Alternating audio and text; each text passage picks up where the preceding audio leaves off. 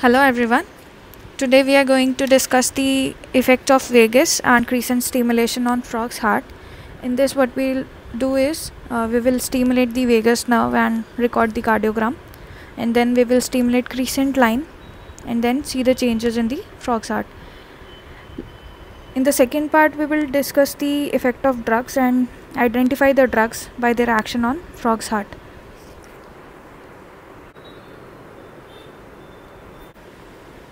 So this is the diagram of the frog's heart.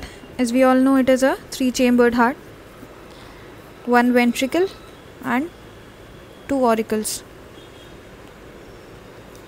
and this one is the sinus venosus, which is a pacemaker of the heart. As you have already studied this in the previous practical, we are not going to discuss in detail.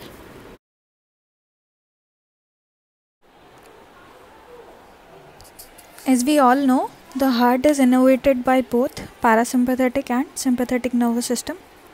The parasympathetic nervous system decreases the heart rate, while the sympathetic nervous system increases the heart rate. So this is the basic you need to remember.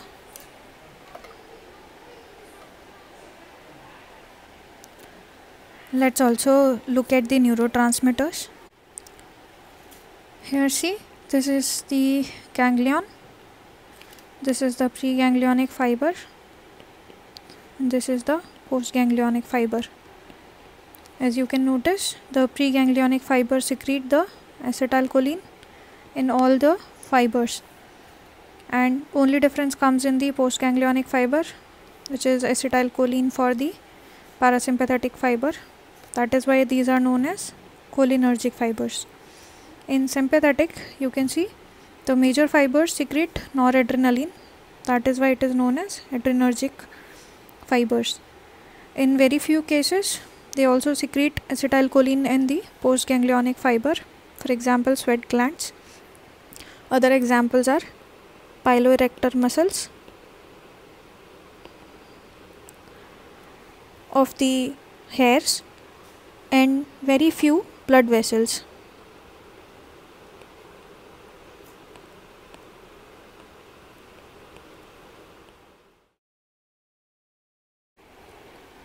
The features of the frog's heart. So there are some differences in the human heart and the frog's heart. Let's discuss them. First is the vagus. In human, the vagus contains only the parasympathetic fibers, but in frog, vagus contains the preganglionic, parasympathetic and postganglionic sympathetic fibers. Therefore, it is known as vagosympathetic trunk. The parasympathetic fibers are dominant than the sympathetic fibers.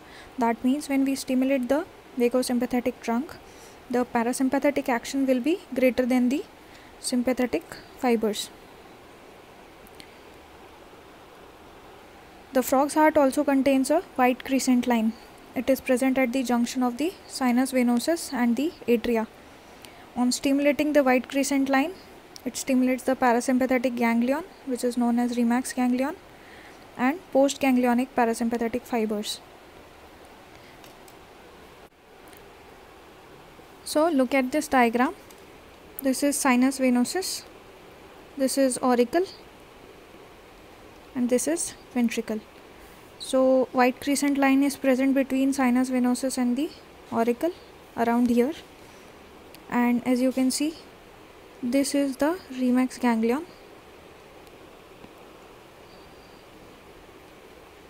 So on stimulating, as you can see, the probe is at the white crescent line. When we stimulate the white crescent line, it will stimulate the remax ganglion and the postganglionic neurons.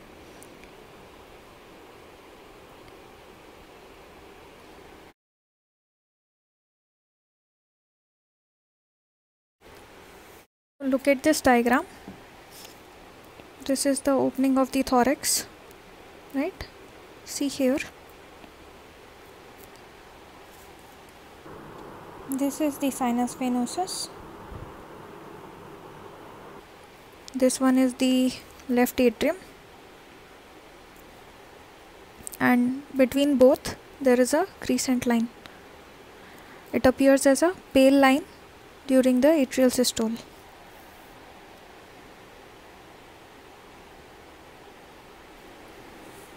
In this experiment, first we with the frog.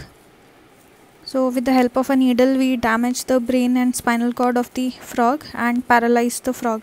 So needle is inserted between both the eyes. Then we open the thorax and expose the heart. Then we extend the incision till the lower jaw, cut the platysma and expose the petrohyoid muscle. So along the lower border of petrohyoid muscle we can find the vagus nerve. Then we isolate the vagus nerve carefully with the help of a glass rod, and we also mark the vagus nerve with a colored thread. Look at this diagram. In this you can see this is the stimulating electrode. This is the vagus nerve. So the stimulating electrode is stimulating the vagus nerve. See, this is how we have extended the incision till the lower jaw.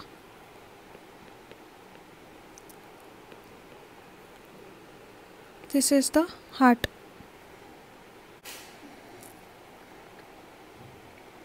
Then we identify the crescent line present in the heart and we mount the frog on myograph board and attach the lever. So this is how we attach the lever.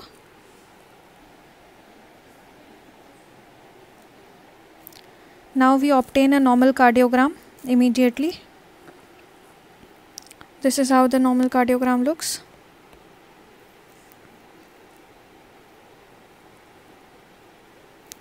Then we stimulate the vagus nerve on one side while the cardiogram is recorded.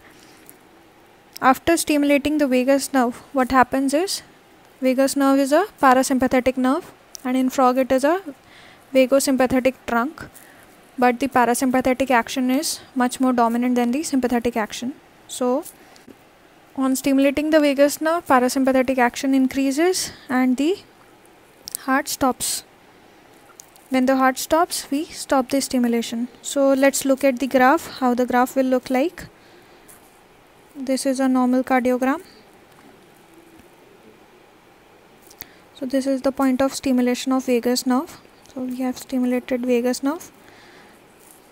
The heart will stop after some time, and when the heart stops, we stop the stimulation. Then again heart will resume its normal activity with a staircase phenomena.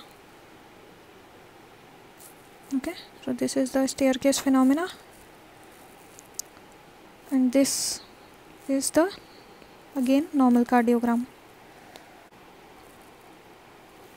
We have to remember to label the point of stimulation on the graph, and we continue recording the graph till the heart resumes its normal activity.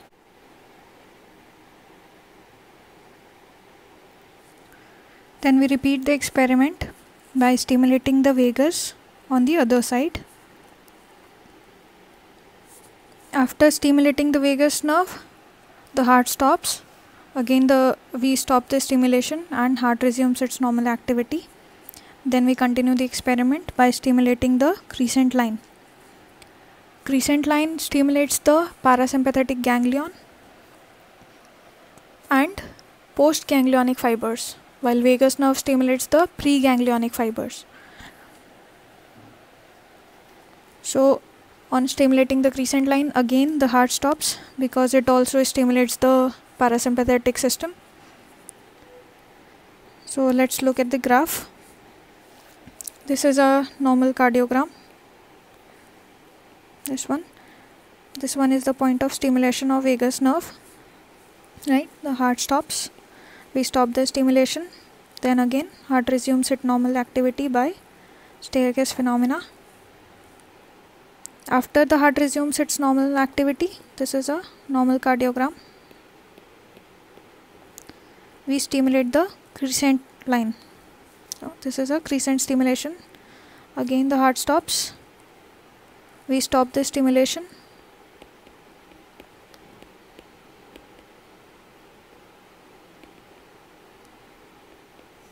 And again the heart resumes its normal activity with a staircase phenomena. Again this is a normal cardiogram.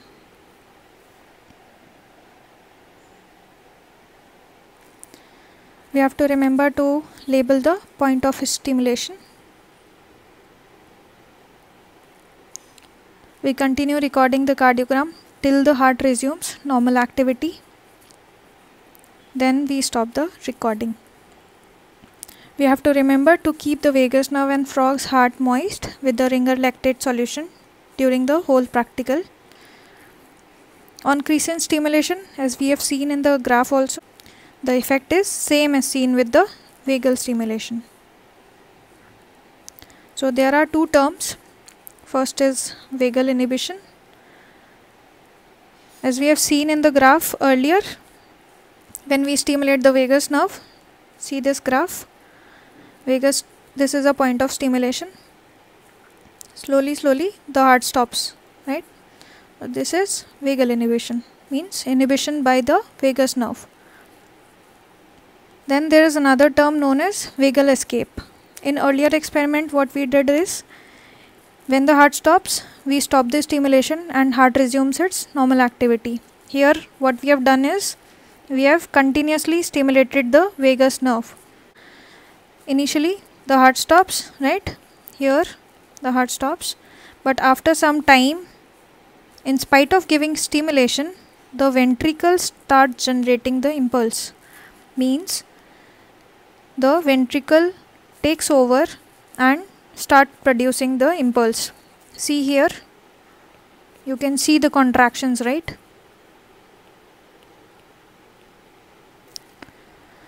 These are the contractions of the heart due to the ventricle. This is known as vagal escape.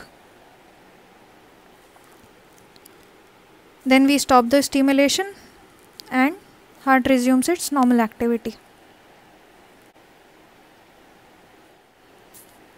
Let's look at the possible causes of vagal escape.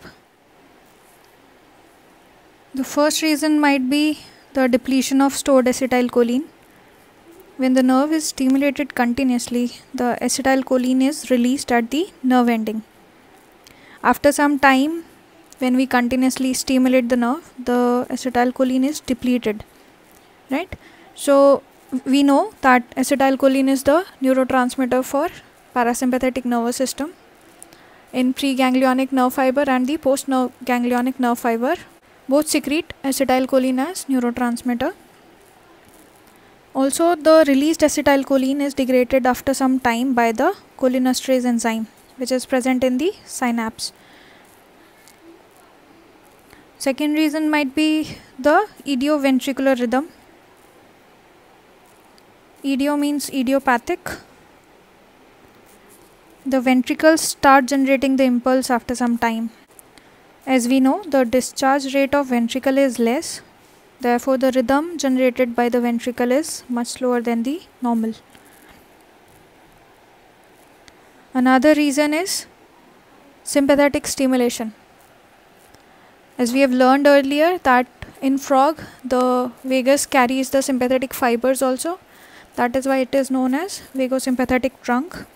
So when we stimulate the vagus nerve or the vagosympathetic trunk, the sympathetic nervous system also gets stimulated and it stimulates the heart. So it might also be the reason in the frog, but it is not seen in humans as the vagus nerve does not carry the sympathetic fibers. So this reason is only seen in frog. What is vasovagal attack? When we stimulate the vagus nerve, it causes sudden and transient loss of consciousness. This is known as vasovagal attack or vasovagal syncope. Vaso means vessels, vagal means due to vagus.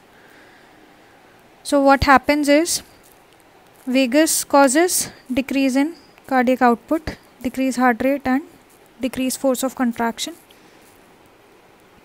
Plus it causes vasodilation, right? We know that parasympathetic nervous system also has the effect on blood vessels.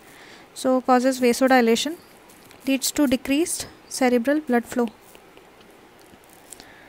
causes reduced cerebral blood flow and can cause sudden and transient loss of consciousness. Now we move on to the second part of the practical, which is effect of drugs on the heart. In this you have to remember two terms. First is mimetic, means mimicking or increasing action. Second is lytic, means lysis or disruption or decreasing the action. If you understand these two terms, you can easily identify the drugs or their action. So parasympathomimetic means mimicking the parasympathetic action or increasing the parasympathetic action. Sympathomimetic means increasing the sympathetic action, mimicking the sympathetic action. Parasympatholytic means lysis or disruption of the parasympathetic action or decreasing the parasympathetic action. We are going to study about the parasympathomimetic drugs, parasympatholytic drugs and sympathomimetic drugs, and also we are going to study the ganglion blockers, the drugs which block the ganglion or blocks the transmission through the ganglion. See this diagram. This shows the nervous supply to the heart. It is the sympathetic supply and above one is the parasympathetic supply. As we have already studied that vagus carries the preganglionic parasympathetic fibers. It also carries some of the postganglionic sympathetic fibers, but the action is very small, so we are not going to discuss about that. This one is the remax ganglion. It is a parasympathetic ganglion which is present inside the heart. I have already shown you a diagram. This is the postganglionic fiber.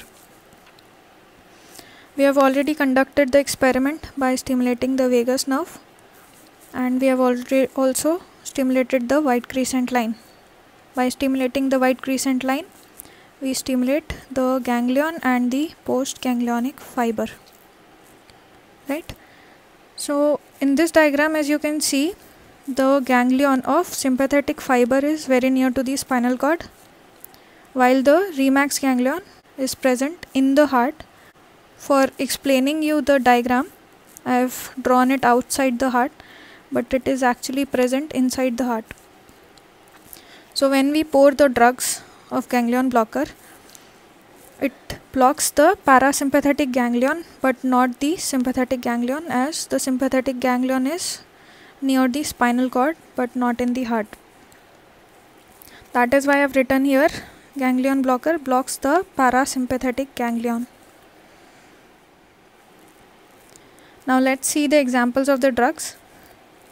First, parasympathomimetic drug means increasing the parasympathetic action. We have acetylcholine, pilocarpine, carbachol and physostigmine. Out of these, we are going to use pilocarpine as the parasympathomimetic drug. Sympathomimetic drug means increasing the sympathetic action. We have adrenaline, ephedrine and amphetamine. Out of these, we are going to use the adrenaline. Parasympatholytic drug means decreasing the parasympathetic action. We have atropine, scopolamine and hyoscine, and we are going to use the atropine.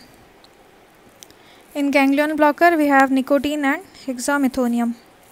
Special thing about nicotine is it acts on the ganglion in small doses, it stimulates the ganglion, and in large doses, it inhibits the ganglion. So for ganglion blocker, we are going to use the nicotine. So first, we record the normal cardiogram. Then we stimulate the right vagosympathetic trunk or the vagus nerve and record the vagal inhibition. Then we stop the stimulation, then normal cardiogram appears, and then we stimulate the white crescent line. We stop the stimulation when the heart stops and the normal cardiogram appears. Then we apply the drug and stimulate the vagosympathetic trunk, then record the graph, and then we stimulate the white crescent line and record the graph. Then we wash with the normal saline and repeat the same process with another drug. And also don't forget to label the graph. Before moving on to the graph, let's first look at the action of the drugs. As we have seen this diagram earlier, this is a sympathetic supply, this is a parasympathetic supply, this is the vagus nerve, this is ganglion, and this is postganglionic fiber, or together we can say that it can be stimulated by white crescent line. First, let's see the parasympatholytic drug. When we pour the drug on the heart, it blocks the cholinergic receptors on the heart. So what happens? There will be dominance of the sympathetic action because we have blocked the parasympathetic action, so heart rate will increase. Then we stimulate the vagus and the white crescent line. So what happens is, when we stimulate the vagus and we stimulate the white crescent line, the impulses are not conducted to the heart as there is block at the cholinergic receptors. Hence there will be no response seen.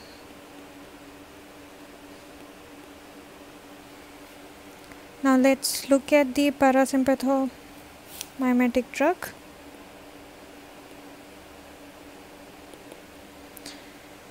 When we pour these drugs stimulate the cholinergic receptors. What happens? A heart rate will reduce, right?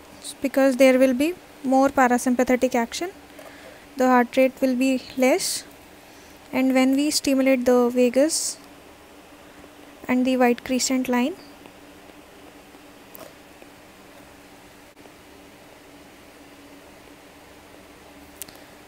the heart rate will be reduced more and hence the heart will stop. Let's see what happens with sympathomimetic drugs. These drugs, when poured on the heart, they stimulate the noradrenergic receptors at the heart. Therefore, there will be increased sympathetic activity and there will be increase in heart rate. When we stimulate the vagus and the white crescent line, the heart rate will reduce, and on strong stimulation the heart will stop.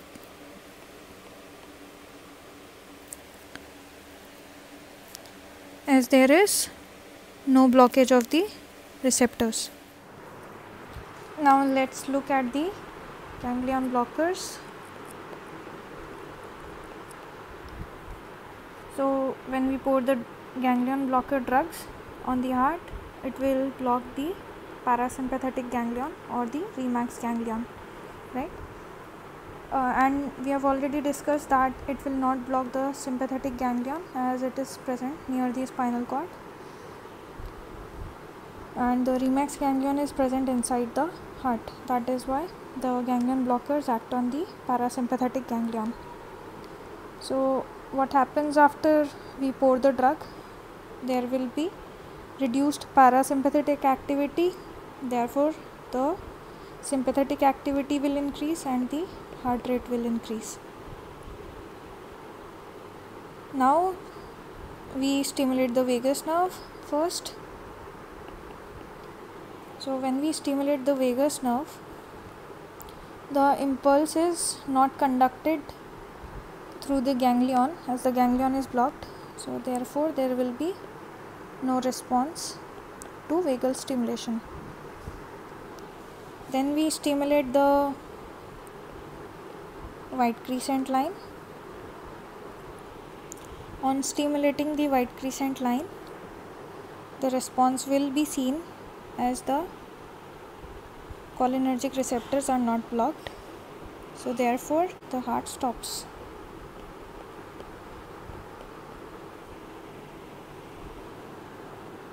Now let's look at the graph. This graph is given in your journal. Let's look at the first graph, or the graph A. This is a normal cardiogram. We have stimulated the vagus nerve, the heart stops. When we stop the stimulation, the heart resumes its normal activity with the staircase phenomena. Again, this is a normal cardiogram. Then we have stimulated the crescent line. Again the heart stops. On stopping stimulation, again the heart resumes normal activity with staircase phenomena. This again is the normal cardiogram. Then we have poured the drug on the heart. We have used pilocarpine. Pilocarpine is a parasympathomimetic drug. As you can see, just after using the pilocarpine, the amplitude is reduced. Also, the heart rate is reduced. You can also check by the duration of a contraction. So, the duration of a contraction is increased. You can compare with the normal cardiogram. So, after that, when we stimulate the vagus nerve, again the heart stops. When we stop the stimulation, again the heart resumes its normal activity. But this is not a normal cardiogram. This is due to the effect of pilocarpine. Then we stimulate the crescent line. Again the heart stops. After stopping stimulation, again the contractions appears.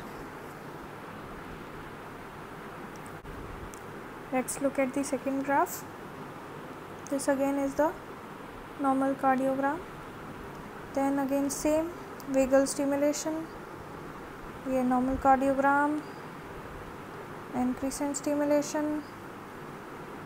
Then after the heart resumes its normal activity, this is a normal cardiogram. We pour the drug. Now we have used adrenaline. Adrenaline is a sympathomimetic drug. As you can see, the amplitude is also increased, and also duration of a single contraction is reduced. Therefore, the heart rate is increased. There is more contraction within a span of time. Then we stimulate the vagus nerve.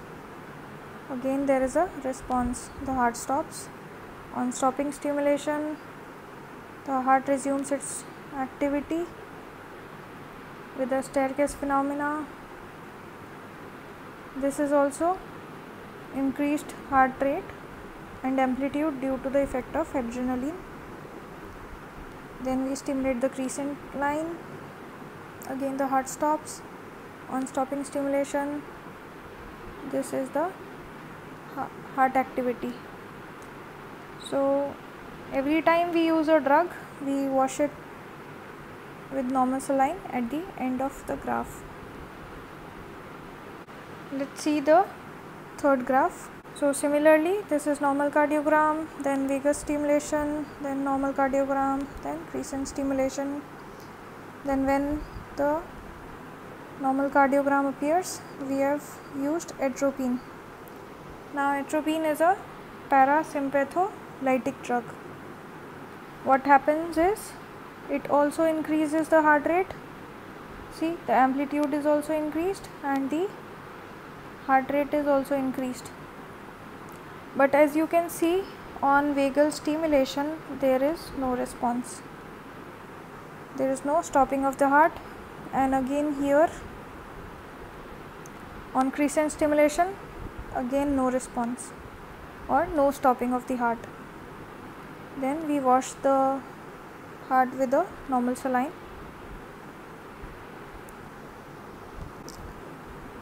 Now let's look at the fourth graph.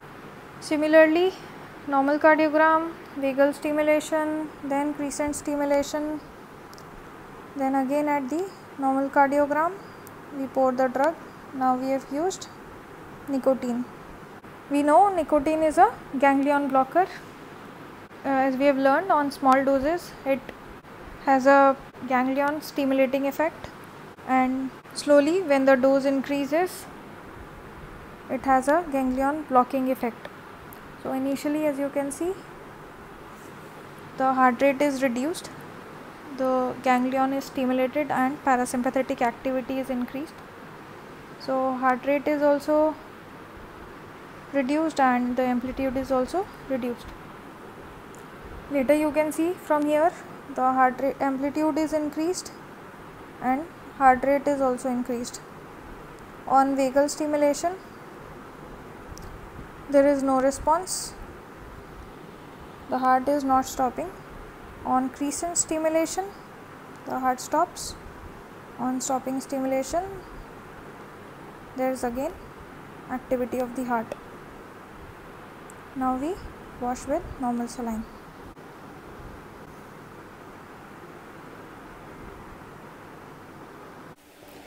Let's see how to identify a drug.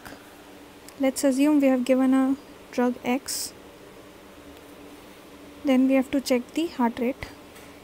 If the heart rate is reduced, then it is a parasympathomimetic drug. If the heart rate is increased, then we have the possibility of other three drugs, which is parasympatholytic, sympathomimetic and ganglion blocker. So then we do the vagal stimulation.